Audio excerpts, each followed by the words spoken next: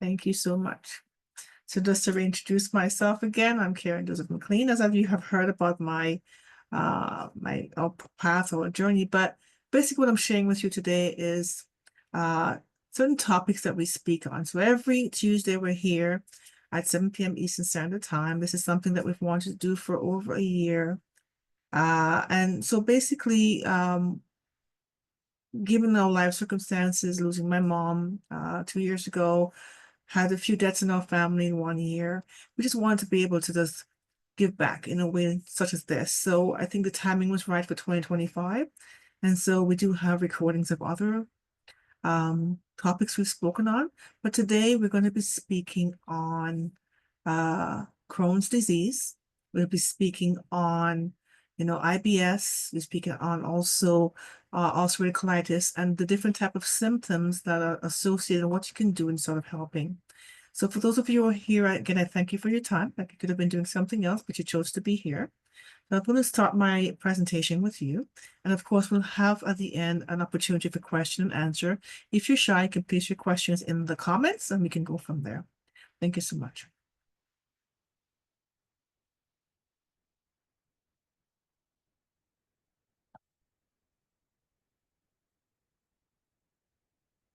Okay, here we go. So as I mentioned to you before that when we speak on different conditions, I just want to make sure I stress this. I am not a doctor. I don't have that type of credential, but what I am is a health enthusiast. And so I've done all my due diligence.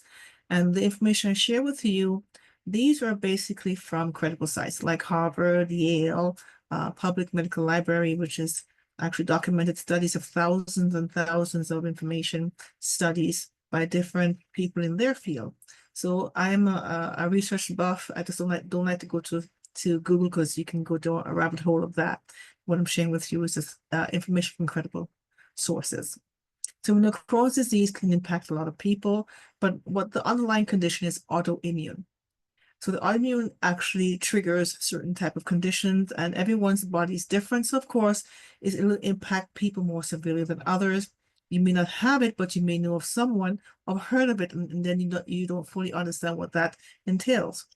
So Crohn's disease is it's a chronic inflammation in the body. So it can flare up in many different ways through stress, through what you eat, your environment, different things. But recognizing the signs and symptoms of Crohn's disease is crucial for your timely diagnosis. So there could be early symptoms and signs. You really don't put two and two together to make that connection, because it can happen where there's a disconnect with the different symptoms that flare up at different times. But knowing how to effectively manage it is super important for your overall well-being. So here are some comparisons to IBS, Crohn's disease, and ulcerated colitis. And feel free to take a screen capture. If not, then of course, we will have this recording at a later time, but you can take your time and dissect it and go through it and get all the information that is shared here today. So things like changing your bowel habits, sudden weight loss, sometimes diarrhea, be blood in your stool. It could be many things. It could be where you feel overly fatigued. You may even have fever or night sweats. And some of these symptoms can sort of mimic something else as well. So keep, an eye on what you're going through. So the early signs and symptoms of Crohn's disease, it actually can, as you're looking at the symptoms or the conditions, it has a part to do with your digestive tract as well. So from your mouth to your lower region, where you have different symptoms. Some people can have ulcers in severe cases. It can lead to where you have other conditions, like you may be wondering why you have some bouts of diarrhea. And that could be simply that you may have a condition or not. But again, pay attention to the signs. So it's actually sometimes very noticeable, but in some cases, there are no symptoms at all. So some people, like I mentioned, may have very severe, and some may have mild to moderate, but sometimes it can be silent. And this is also called the silent Crohn's. So not all Crohn's disease impact you in that aggressive way, and it affects mainly the small intestine. So it's another reason people really don't understand what they're going through until they speak to a professional, is that they may sort of dismiss it as a random thing happening until it comes up as a big flare up, right? So some people can go into remission based on how they manage their illness. But as we know that mainly this is an autoimmune issue, it has to do with chronic inflammation. Most body that are either too acidic or highly inflamed is a perfect storm, perfect breeding ground, so to speak, for illness to appear. And it shows up in different ways. So things like severe abdominal pain, and we can say, okay, maybe I have gas, so to speak, or maybe, why am I feeling this way? And sort of put it off. So pay attention to some of the signs that can sort of lead you down, not to a rabbit hole, so to speak, but to sort of keep a journal as to what you're going through, what you're experiencing, or for those around you who may be having this type of issue. Now, other types of areas that Crohn's disease can affect you, it's like, for example, joint pain, ongoing chronic joint pain. Liver inflammation can happen. You may not know that your liver is inflamed, but sometimes when you have liver inflammation, some people might get jaundice, and they have eye issue, or they find that their stomach sort of gets inflated, like ballooned, and that could be symptoms of liver inflammation. I know, for example, my mother, she had developed jaundice towards the latter part of her life. And they had to check for her liver enzymes, but in this case, that wasn't Crohn's disease. It was something else which led to her early departure on this earth. So osteoporosis is one, skin problem is another. Now we say, I'm going to go back to osteoporosis because we know that sometimes women go through menopause or they've had a hysterectomy and osteoporosis sort of triggers early. Sometimes it could be through medication that you can develop osteoporosis or certain deficiency in certain vitamins and minerals.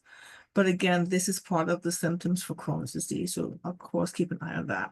Mouth ulcers is another one, and anemia could be another one. Now, anemia can show up in different forms. If, for example, a woman has fibroids as an issue, they can develop anemia, or they can have a certain another condition that can lead to anemia. So not just anemia could be a factor, but other things that you need to sort of look for in a case of not self-diagnosis in a sense, but sort of keeping a journal of your health so that you can better articulate to your health practitioner what you're going through, so they know exactly what to give you as an educated guess before they do their test, right, that they send you for to specialists. So Crohn's disease, there are different types of different type of skin rashes that can show up on your body, and you may think it's something else. So some people may go through shingles, some go through eczema, psoriasis, but there's also skin rashes that can appear if you have or early signs of Crohn's disease, or if you actually have Crohn's disease that you've been diagnosed with. These are the different types that have been diagnosed. And again, this information I've received from credible sources, things like Harvard, Yale, on their websites that I've gone through to get all the studies that I get these numbers from and the information. So this particular condition can happen where you have symptoms like fever, chills, joint pain. So forgive me if I didn't pronounce this correctly. So arrhythmia nodosum. So that's one of the skin rashes that you may have for Crohn's disease. And so 50% of people actually have this, more in women than in men. So this is something that we can say that, of course, is no respecter of ethnicity, but of course it is more predominant in women. And so the treatment for this would be like a leg elevation, rest, compression socks, and pain management. Some people that gravitate to medication, but there are also other ways you can do that as well, in a way of minimizing or reducing the severity of what you're going through. So pyoderma is another one. And so this actually is quite painful in the skin. So it usually starts as a small blister, raised bumps, skin developing deep ulcers like sores. And so this actually is another type of skin rash that can happen if you're going through Crohn's or irritable bowel syndrome or disease, which is IBD. And so most of the symptoms will be topical treatment to prevent infection, supporting the healing.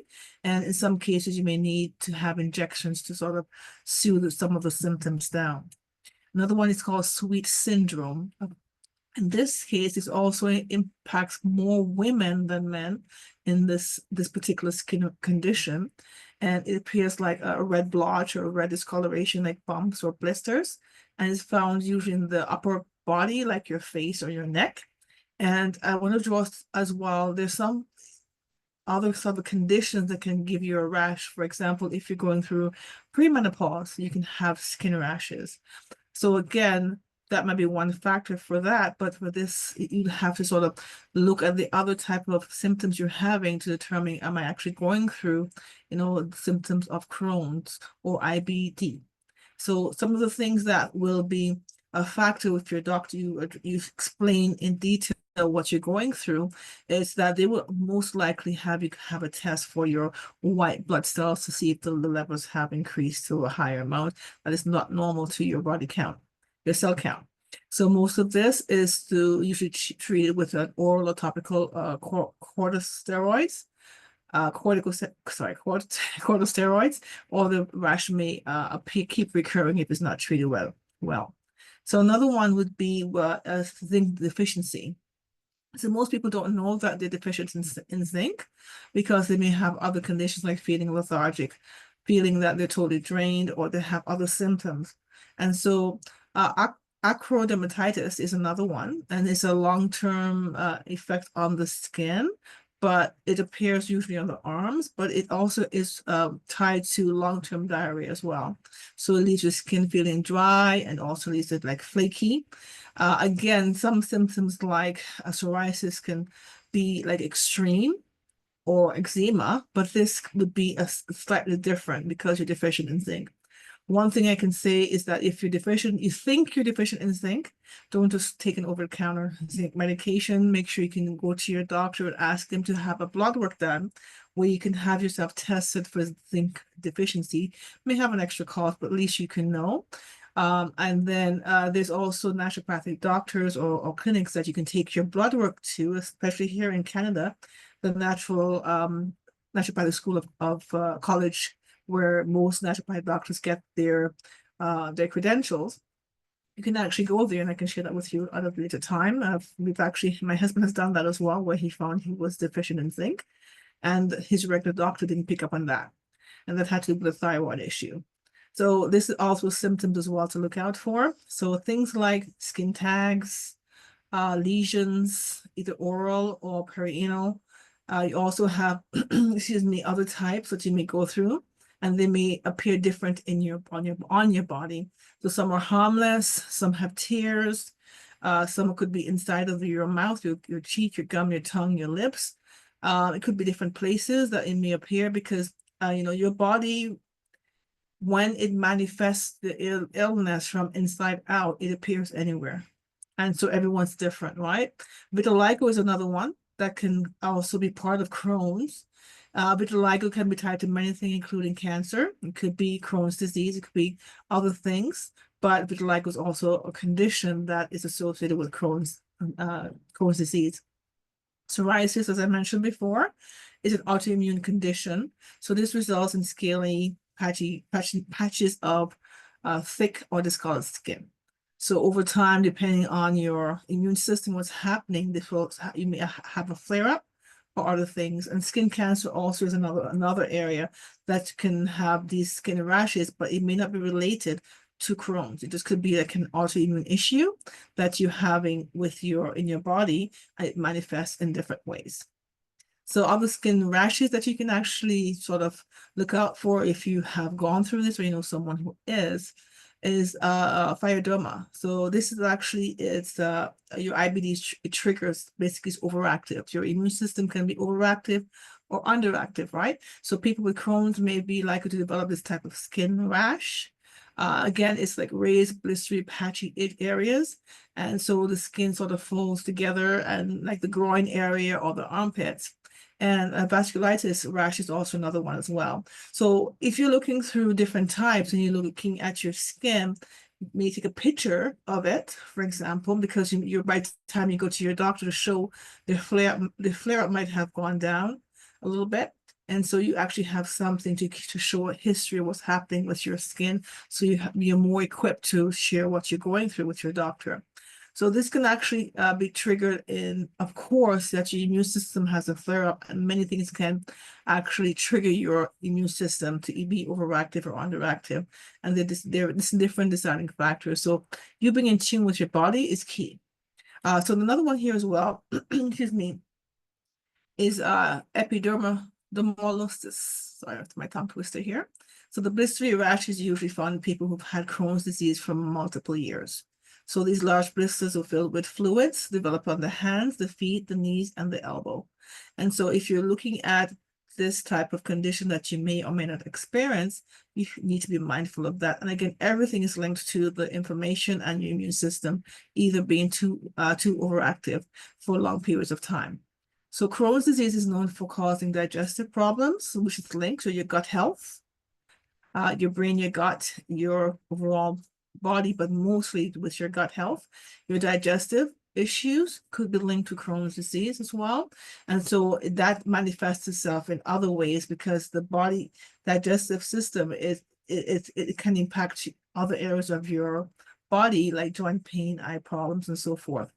And so the risk of your digestive problem having like a flare up can happen from time to time. There's also a risk of developing eye problems, which you have issues with extraintestinal manifestation of Crohn. So your digestive not working correctly, your eye is actually so like your windowsill, your soul, so to speak. But there are actually people who can go through, look at your eye, the back of your eye, and tell what your issues are. And so I'm not here to promote that. I'm just sharing with you that there are different ways you can identify that in addition going to your family doctor or your naturopathic doctor or your nutritionist, whoever you want to speak to, just to sort of get more educated on what you're experiencing. But again, being informed is most important. So this inflammation in the eye can happen where you have tiny blood vessels. And so many things can trigger that, but at least you're being mindful and paying attention of your eyes, your skin, your overall well-being, your digestive, what you eat, what you think, how you sleep, different things like that. So what are the treatments you can actually, traditional treatments you can look at? Well, steroids could be one. Suppressants can be another. Anti-inflammatory medication can be one. Biologic is actually some types of medication on the market. But keep in mind that most of these have side effects. For every drug that's on the market, there's a side effect or 2 or 10, depending on how many side effects they have to treat one condition. And some can actually have a buildup of toxins over time if you're taking it for long periods of time. Some people simply cannot take this medication because it has a negative effect on their body or reverse symptoms. And so other type of treatments, depending, as I mentioned before, if it's a skin condition that triggers or flares up from the Crohn's disease, would be like topical wound care, zinc supplementation, and so forth, or in severe cases, surgery to remove the skin lesion.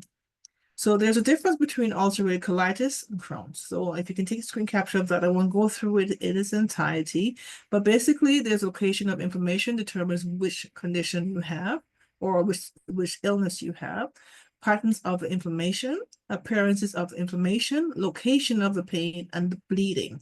So it appears in the body differently, and this is how it's determined as to what you're going through in your flare-ups or your symptoms that you're going through. So ulcerated colitis, again, it's a chronic inflammation condition, but it affects mostly your colon, your rectum area. So versus the other, which is the Crohn's disease. And so you may have blood in your stool due to the inflammation that you have.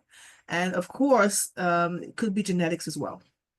If in your family there's a genetic disposition of this type of illness, then your family doctor should be made aware of that.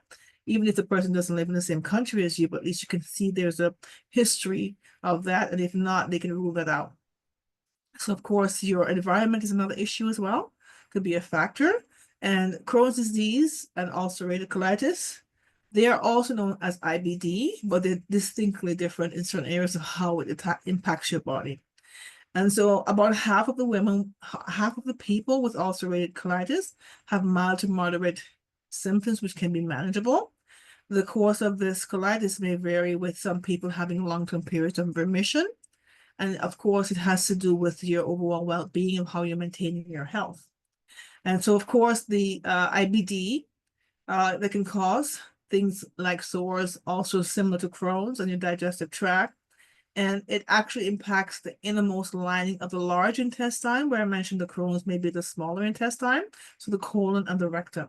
So symptoms may usually develop over time rather than coming on in one go or suddenly. And so you see symptoms can vary depending on how serious the inflammation is. Things like diarrhea I mentioned, rectal bleeding, belly pain and cramping, and how urgent you have to pass your stool. Of course, weight loss is one, and fatigue and fever. And of course, I mentioned before with the zinc deficiency, some people may experience bouts of fatigue because they're deficient in zinc and they don't know that they are. And so zinc plays a really key role in your overall well-being, but in this particular case, it's super important to identify. It's also children. In children, there simply isn't failure to grow. So that's one as well. That's to be mindful of. If you're looking at your child and you're wondering why they aren't growing in a certain normal height, then you can actually address that with your doctor to rule that out. So types of UC include ulcerative proctitis, left-sided colitis, widespread colitis. You can actually take a screen capture of that if you'd like, or once you do the recording, you can actually go through that. But these are some of the things that I'd say that depending on the severity of your symptoms or the people around you who may have it, you will look out for things like that. Of course, then your doctor would diagnose which type of UC that may be impacting your body. So here's some tips on the healthy ulcerative colitis stool. So some of the things that you can reduce is limit your dairy intake. Avoid carbonated drinks or alcoholic drinks. The frequency of that can actually cause a flare-up. Spicy food can cause it. High fiber foods in this case, even though, with the well-balanced meal, most people will recommend, a well-balanced meal to include high fiber foods. But for someone who's going through UC, it may have the reversed effect. So be mindful of that. Hydration, very important, and eating small meals, small amounts instead of large amount. I know sometimes in our culture, rice is not a side dish, it's a whole meal, all right? Or you may have pasta instead of having like a quarter of the plate for your carbohydrates or your high fiber, you may have the whole thing. So that's your starch, and then you have your meal plan that you want to have a well-balanced meal that includes some things that will help you to keep your flare-ups at a minimum. So symptoms of Crohn's disease can limit your ability to function. It can be very frustrating, debilitating, stressful, even sometimes depressing. And it can also cause anxiety as well. So it can take a toll on your emotional well-being. So I'm going to share with you a few tips that can help you with your self-care. If you're not aware of that as well, I'm sure you may be, but it's most likely is a reminder. So this is to help you improve your quality of life, reducing your symptoms, maintaining independence, prevent flare-ups, complications, and performing your daily activities, and of course, to remain socially active in your community. Now, if you have someone that you know, like, and trust, you can share your concerns with them, share what your routines are. So if you have an outing, they're sort of mindful to know how they can help you as you're taking care of yourself throughout your day. Not being sort of like a person to monitor or police what you're doing, but someone who's there in your corner to help you, to give you the support you need. So for a healthy colon, eating things that are balanced in diet can help you to reduce your flare-ups. Lessening the amount of processed food, sugar, gluten products, dairy, things that will help, that would sort of give you that flare help you or hinder. May I ask you kindly put yourself on mute if you're on the call? I'd appreciate that so much. Thank you.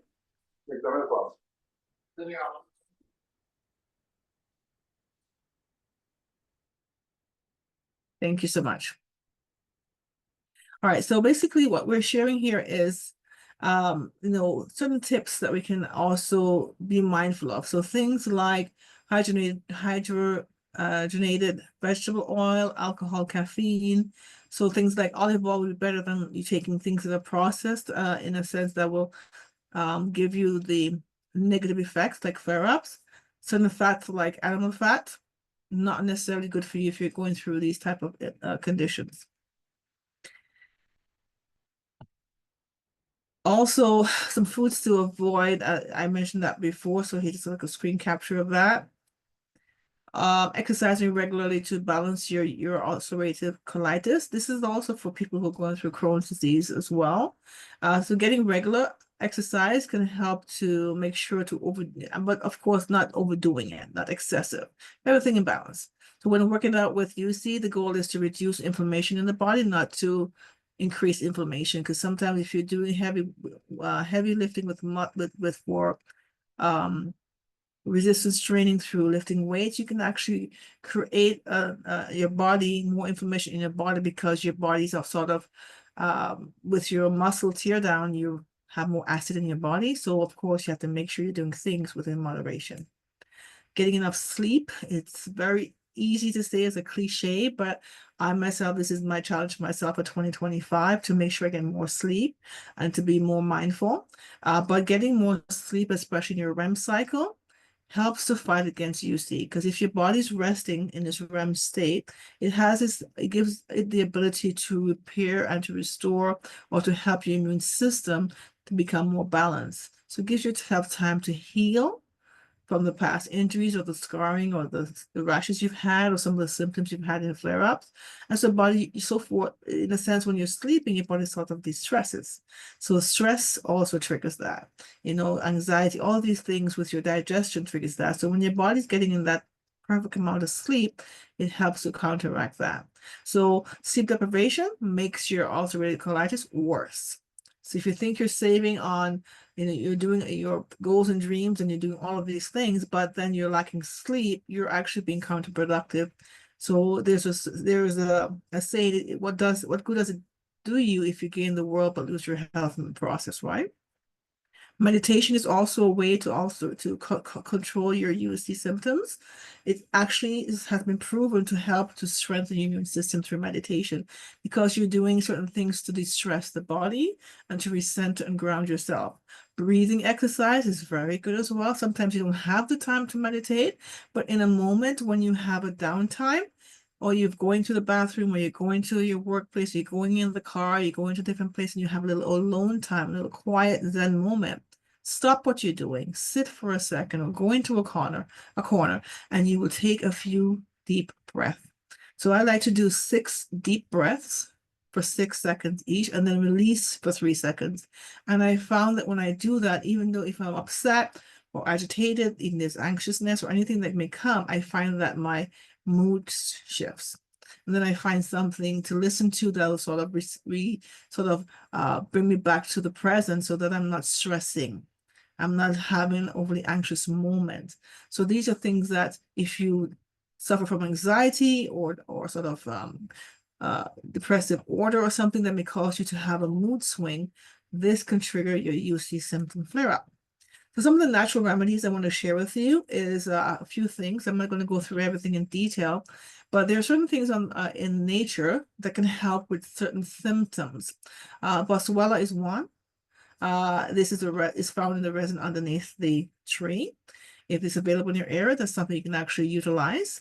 But also, when you're taking a natural remedy, ensure if you're taking any medication for anything else, you check with your naturopathic doctor, or even the pharmacist, because they study natural medicine, to ensure that what you're taking is not negatively impacting what you're taking in your actual pharmaceutical, because some natural remedies can actually lessen the impact of your pharmaceutical medication, so it would not be as impactful in your body. And the reason I say that, with my mother, when she had her second bout of her stroke from diabetes, I wanted to give her turmeric. I wanted to give her like ginkgo biloba, because she had mild to moderate dementia, and she had a beta block.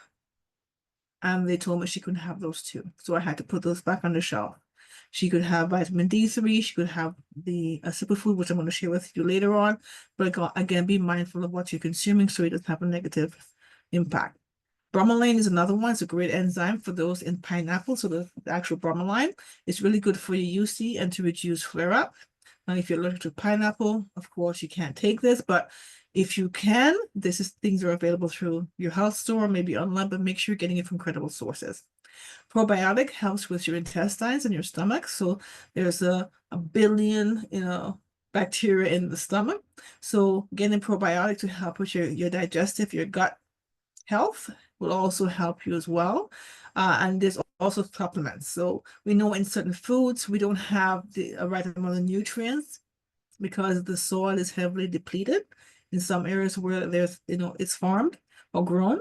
So we want to make sure we can add things to our daily routine of eating the right foods to help our overall well-being. Psyllium is another one. It's actually really good for fiber, but be careful not to take too much fiber, especially if you have these UC, Crohn's, IBD symptoms. Everything in moderation. If you find that you're getting constipated, this can actually help in your daily routine of consumption to help prevent constipation and to help to eliminate the waste easier so that you're not forcing to have a BM, a bowel movement, right? So because if you're forcing to have a BM, it's going to worsen your abdominal cramping and may also cause gas and bloating and things like that. So be moderate in your consumption because it is a fiber, but of course, this is also a good way to help to reduce your flare-up. Turmeric, as I mentioned before, is really good of curcumin, and that actually is a very powerful antioxidant for reduced inflammation. But if you have anti-inflammatory allergies, or if you have issues with turmeric on a whole, or if you're taking medication that doesn't work well with turmeric, be mindful of that as well. So make sure you drink enough water is one to help to reduce your flare-ups. And of course, with most of us, we tend to, if we're stressed or if we're tired, we tend to crave sugar or sugary beverages. So make sure that you're limiting or eliminating all of that so you don't have these flare-ups, because instant gratification on these things can have a lasting and long effect on worsening your health. Also, for soothing the skin, cold compress on your tummy, your abdomen is one way of doing that. I've heard before that castor oil, cold compress castor oil is really good for that.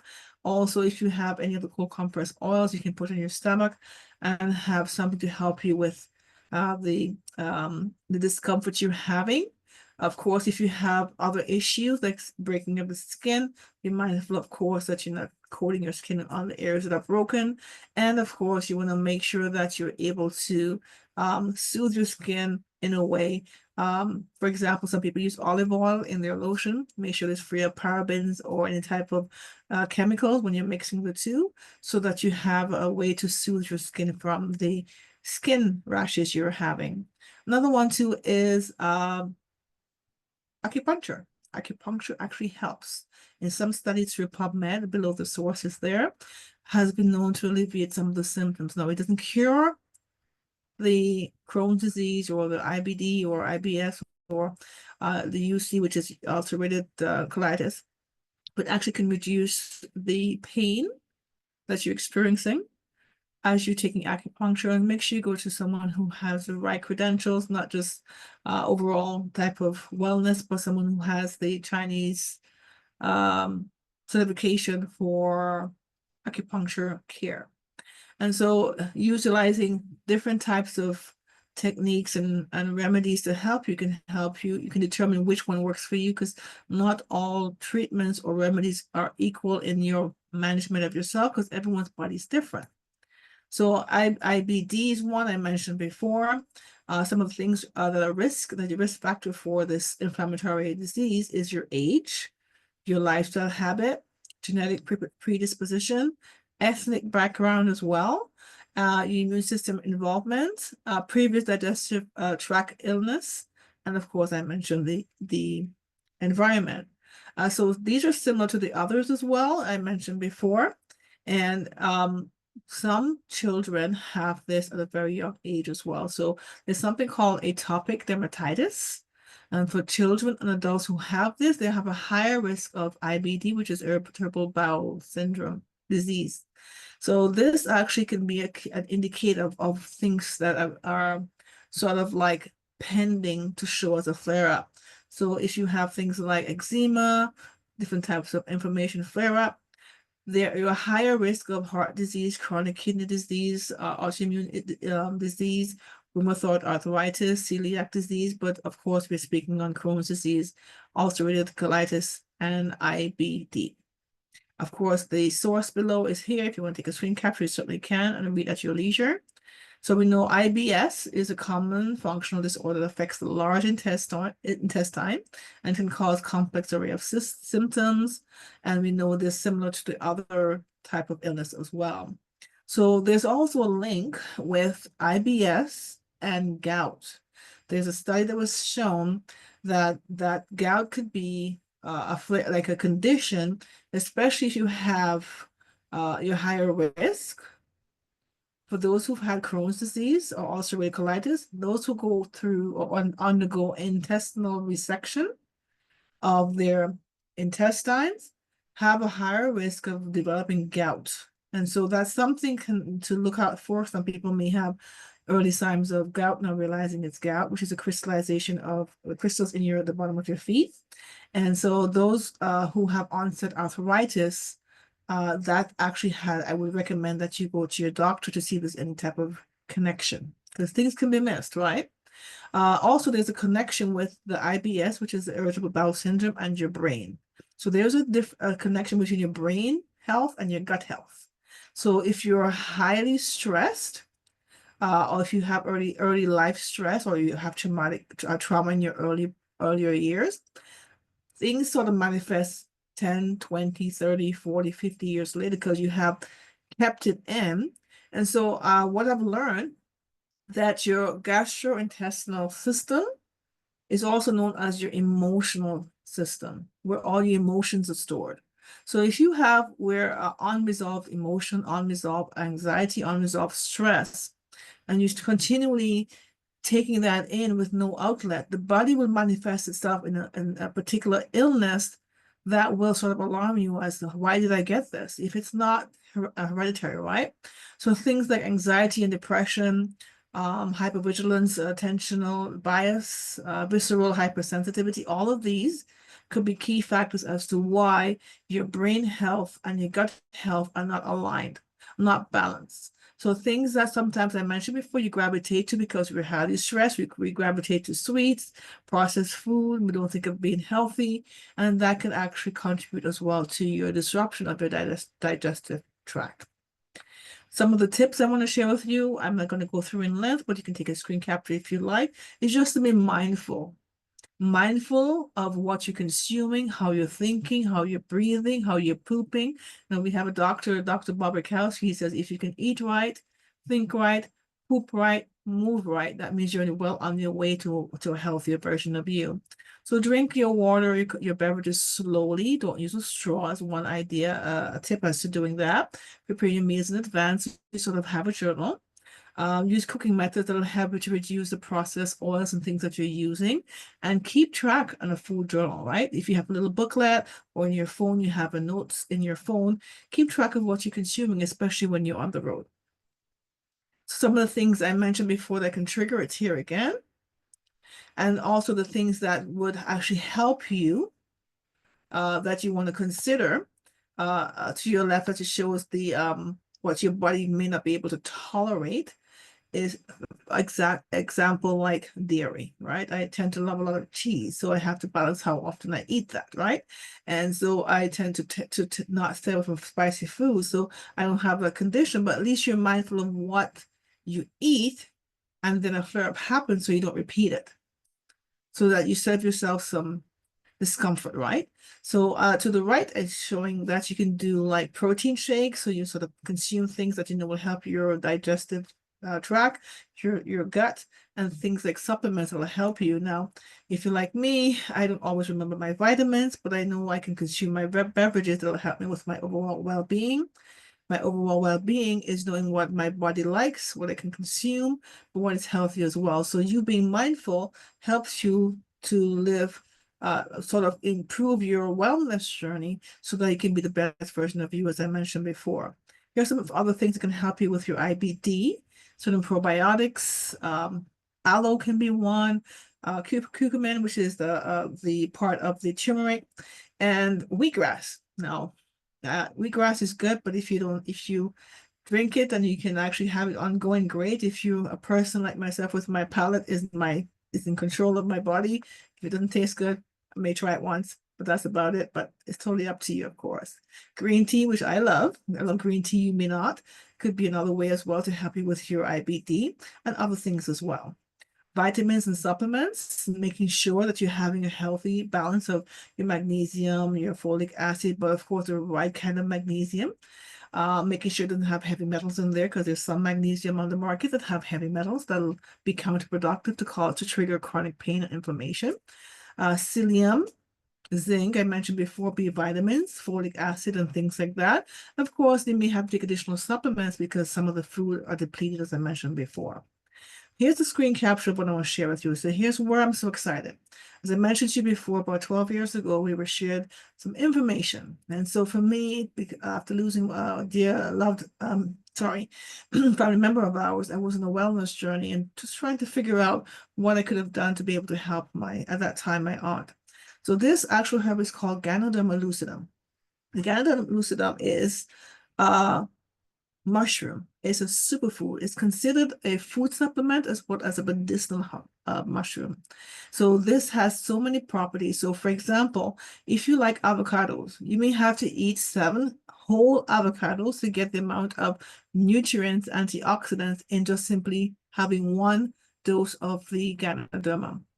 Also, for example, cinnamon. I love cinnamon. Mostly we put in porridge, or we can drink it as a beverage, to drink it just like that. You need 11 sticks of that to have 150 antioxidants. Strawberries, of course, you may have to have 10 cups of strawberries to have the equivalent of the antioxidants you need. So as I mentioned to you before, most foods that we buy, even though they're organic or not, they don't have enough nutrients for our everyday daily recommended dosage of the antioxidants and the amino acids and the minerals and vitamins we need. So having something to consume in addition to what you're eating for energy is super important, and you can actually tell the difference. Now, most foods have antioxidants, terpenoids, flavonoids, all of these. And they actually help with the body, from free radicals to helping you with your eye disease, your mental, your cardiovascular, anti-inflammatory, helps with your brain, your neural protection, help with your cells, your body, your organs. Most foods all foods have a purpose. The right kind of food to balance your body is what we are here about. So infusing things like superfoods can help you increase or improve your well-being, and your body doesn't lie, tells you exactly how it feels. So Ganoderma lucidum is what we are so passionate about because it has the highest amount of antioxidants, minerals, and vitamins than any other superfood on the planet. We've heard of ginseng, spirulina, we've heard of different type of fruits and berries. And through all the studies through PubMed, which is a public medical library available to anyone, there is over 3,000 plus case studies on different conditions, including what I'm sharing with you today. So things that your gut, your stomach cannot take, it will reject it, right? So this, because it's a food supplement, a whole food, you can never overdose on it. So we have a national product number with Health Canada, because of course, the company is over 16 years old, but we want to make sure that we share the best of the best with people that we know, like, and trust.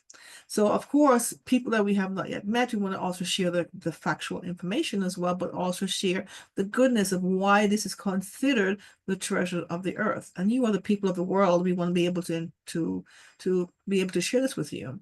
So it provides nutrients, but in the Eastern world, it has been done for many, many decades of years. Basically, if you're taking any type of pharmaceutical, they would normally recommend you take the Ganoderma with it so that you can detox your body from the negative effects of the medication you're taking. And so right now in the entire world, there's no known negative effect with any medication, as per the information and the studies that shows that you cannot take it. I mentioned before, there are other natural medicine that you can take, like turmeric and so forth, if you have a particular medication you're taking in the pharmaceutical world because of the negative interaction. But with this, you don't have it. So for example, we have a dear friend who has fibromyalgia and lupus. She couldn't take her medication because she was sort of once she consume it, but she can actually consume this without and still have the benefits of healing her body. So There's many type of herbs on the planet, but what I'm sharing with you is 3 types. Ganoderma, which supports the immune system. So it's an adaptogen. So if you have a overactive or underactive, it helps to balance your immune system. Also for the cordyceps, it also helps with your endurance, your energy level. It promotes overall well-being, but it has many, many other benefits, I should say. Lion's mane, which is one of the newer mushrooms that I've fallen in love with, it helps with the brain and gut health. There's a direct connection, right, with most illnesses. So it's one of the most popular globally blended mushroom on the market. And of course, you also have to check for the source because there's organic versus non-organic and the certified versus not certified. And so as I share this with you, this is why, as we're going to wrap up shortly, is that we discovered wellness with our company called Organo. And so the power of Organoderm is what we were introduced to over 12 years ago. I consume this every single day, along with my husband, my household, and for those that we've connected with, and to sharing the goodness of what it can do for each person, because everyone's different, of course, so everyone has a different testimony. And so we represent this brand, proudly so, as first as customers, now as business partners. So we sort of build awareness on the brand itself. So the idea, the premise is that we're building health by being mindful, positive in our wellness journey with those that we are connecting with. So simply think of it, one small change can leave a lasting impact, right? You make a switch in your diet, you make a switch in your health, you make a switch in your finances, you make a switch in your how you eat, you make a switch with how you interact with the people in your home, can leave a lasting impact because you're creating a legacy for yourself. So we want to create legacies through health and wellness. So this also, what I'm going to share with you, it's not part of our company, but these are studies I've found through the Public Medical Library. And so pubmed.gov is where I found this information. So we know that polysaccharides is actually very good for the body. So there's a high concentration in Ganoderm itself when it's grown naturally. So there's a lot of benefits for that. It actually helps with conditions like helping you to sleep, helps you with your it's sort of anti-fatigue, so it gives you the energy you need without the crash. Also, when we look at the Ganoderma, it grows into 3 stages. The 3 stages is the root, which is the mycelium. The base is actually, or the body of it is the fruiting body. That's the Ganoderma. And of course, the spores. So the spores are seeds that actually go into the air and go back onto the plum log that is grown. And so that's the natural organic way that has nature intended. And this is 3 stages. So it actually helps with the inflammation. It decreases colitis, tumorigenesis, as well as anything associated with cancer. So if you have colitis and there's a link to cancer that may trigger in your intestines, it actually is anti. So it helps with the reducing the flare-ups that you're having, so that you have an overall well-being. Another thing as well is if you're looking at weight loss that can happen if you have any of these symptoms or conditions of Crohn's and IBS and ulcerated colitis, you may have weight loss. So this actually has the reverse effect. It helps you with your body weight, so you're not having drastic weight loss. The actual herb helps to rehydrate your body instead of dehydrating your body. And so we mentioned about coffees and teas and so forth. Those are natural diuretics, but what I'm going to share with you in about a minute or so is to show you how that actually can help promote your well-being. So you're looking at your mortality through your overall well-being. Most things that we look at with someone who has those conditions is the inflammatory conditions or symptoms. So it helps also in helping you, if you're taking probiotics, it helps your body to absorb the probiotics in your gut, so that where it needs to get to in the intestinal tract, the Ganoderma spores, the seeds, that's actually part of form throughout what we're sharing with you today. It actually helps your treatment. If you're taking treatment for any of these conditions, the probiotic is what's normally advised of to take. So this actually helps, so you take it in conjunction with it. So another thing as well, I mentioned before, it's anti-inflammatory. It actually helps with protecting your your intestines, large or small, if you're having symptoms of colitis or IBD. So things like diarrhea, bloody your stool, all of that can actually help to alleviate when you're taking the consumption of the spores. It actually helps to alleviate those symptoms. Another one too as well is the cordyceps. Now I mentioned before Ganoderma, cordyceps, and lion's mane. So we're on cordyceps now, and so it helps with many things. And not only is it great for individuals who are experiencing colitis or IBD or IBS, Crohn, it actually helps again to your body to absorb. If you're taking prebiotics or probiotics as a treatment, it helps with your gut health, so your intestinal tract. Also, if you're going through different type of pain or discomfort, it helps with the stomach. Cordyceps is actually another mushroom, and so you can take it in conjunction because, for example, I'm going to share with you in a few seconds that there's something you can actually have where both are together. You can consume that. The lion's mane is another one. It looks like a little lion head. So this is the one that helps with your cognition function, your brain function, but your brain-gut connection. So it also helps with your mood as well, because some people, if you're going through all of this and you're anxious, you're stressed, you're going through anxiety, it'll be counterproductive, right? So it actually helps to distress the body. All three do. It helps to have you have an overall wellness, calm feeling when you're consuming these superfoods, food supplements, but also has other benefits, like for example, you have the anti-inflammatory compound, also for component, and also for the anti-ulcerative colitis ability. So this is actually the capsules I mentioned. They come in capsule form. I'm sorry if it's not too clear. The Ganoderma, the mycelium, the root, the spores, the fruiting body, as well as the capsule. If you were to get the Ganoderma in its raw state and you boil it down to a tincture and you consume that, it's very bitter to taste. If you ever had a bitter bush or bitter bark or cerasee or anything else that has bitterness, think of it 10 times worse. But then because it comes in vegetable casing, it actually, you don't taste any of that. And I actually love the spores because we have a dear friend, including myself, which I'm learning some of the recipes. She actually opens it up and cooks with it.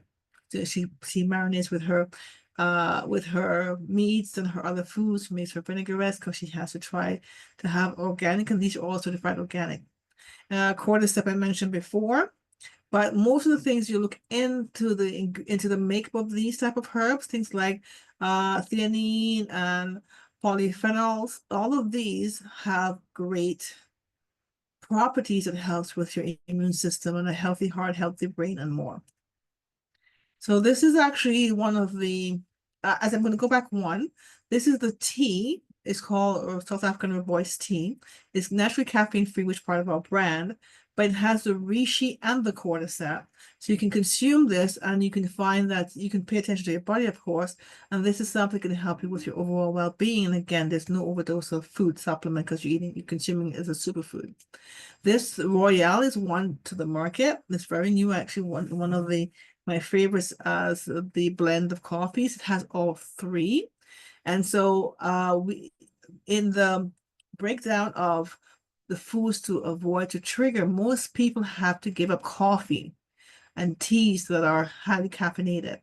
But the wonderful thing about the brand that we am sharing with you is that the products that you're consuming, these are delivery mechanism into the body, right? So you have coffee, teas, hot cocoa, and so forth. So it's just to get it, beyond your palate. But the magic or the genius behind it is that you're consuming these beverages. And so the beverage themselves, on a whole, on the market, we know are acidic, can give jitters, can give caffeine crash, heart palpitations. But when it actually has the infusion of these herbs, you don't have the negative effects of caffeine like what you would get, like diarrhea and cramping of the stomach when you have too much caffeine. So the fact that this actually neutralizes all of that is a win-win. So if you've had to give up those beverages and you want to be able to consume something that helps you in your wellness journey and not give up your favorite habits like coffee and teas, then this might be an option for you. And it, of course, has all three. So the major difference between us and other brands out there is that the actual herb is grown, or the mushroom is grown as nature intended to be. And we have a crack rate, we have a patent on how we crack the spores, has two protective shells. And so we were able to crack that so you can get all the nutrients in the powder form that it's been provided to you in the capsules. So your body absorbs 99% of that that stays in your body instead of you actually passing it out. And then if you look at other brands to your left, it's sort of yellow, sort of sickly looking. It is considered still organic, but it actually has the absorption rate in your body. It's 4 to 13% on the market. So if you go online, you see something and you say, oh, this looks nice, it might be lesser cost. You pay what you get for. You get what you pay for. So it's both considered organic, but one is naturally and certified organic. So as rightly so as we share it, and then the one that is still organic, but still free of pesticide, but it cannot produce the spores because it's grown in a non-natural state. And I'm going to share with you some of the products. This is and wrapping up of my presentation. These are some of the products that are available where the mushroom is infused into it. You have from those that are basically have non-dairy creamer and cane sugar, or you have, if you're purist, you have all black, there's teas and so forth available to you. So this wraps up the end of my presentation. I just want to invite you to sort of ask questions as you feel free, and as you ask questions, I can try to answer, and I'm going to also read any notes that I hear on the comments as well. Any questions?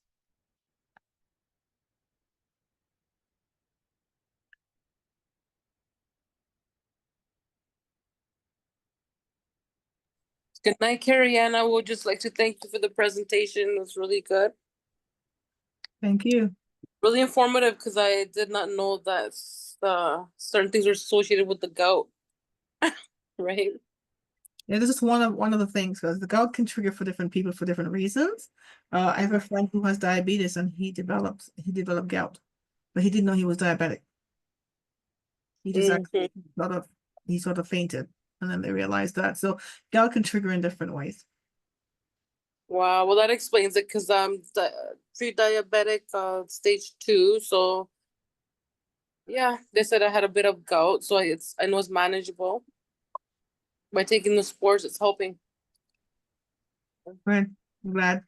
Hi, Deborah. You have a question? Hi. I really, really love those spores. The spores are my testimony, because before I had no movement, I was bedridden, and you visited me. I could barely breathe. And I notice if I don't take the spores on a consistent basis, you can literally feel everything starts building again. So I do take monthly breaks where I have spores for 3 months, take a break for 1 month. It also coincides with movement. And of course, it's a full circle of healthy habits, healthy eating, healthy sleeping, everything you said. But what enhances or fast forwards your wellness is the spores. It really, really is one heck of a super herb. I love it. Wow. Thank you. Do you mind if I share what your challenges or health challenges are? No, go ahead. So for those of you who are new to this platform, to this meeting, Deborah is a longtime friend of ours, and we didn't know she had a health condition until she shared with us that she developed fibromyalgia for many years and had to give up coffees and things like that, things that were not organic in her case. And then she developed lupus. So from when we got reintroduced, reuniting again after several years, just watching and observing her in conversation, from barely being able to say a few words without having to catch her breath to how she's speaking now. I'm very thankful that you are well on your way to a healthiest version of you. Amen. Any questions? Anything else that you'd like to say before we wrap up? I got to get the spores. It I is gotta get really good. them spores. Them spores gotta. I need them. Trust me on that one. It's been on my head for Yeah, a little while now, and I'm telling you, I am going to get those spores. they're I, quite a difference when you yeah. consume them, yes. Big difference. I Yes. Yes. gifted them to my daughter who went through cancer treatment. Mm. And Mm, like many other people who I've learned along the way with their testimony, they could not even see her scars. Mm. wow. Yeah, same for my cousin. She had breast cancer. They after 6 months they couldn't find the scar. Yeah. And how does it help the kidneys and the liver and all of that?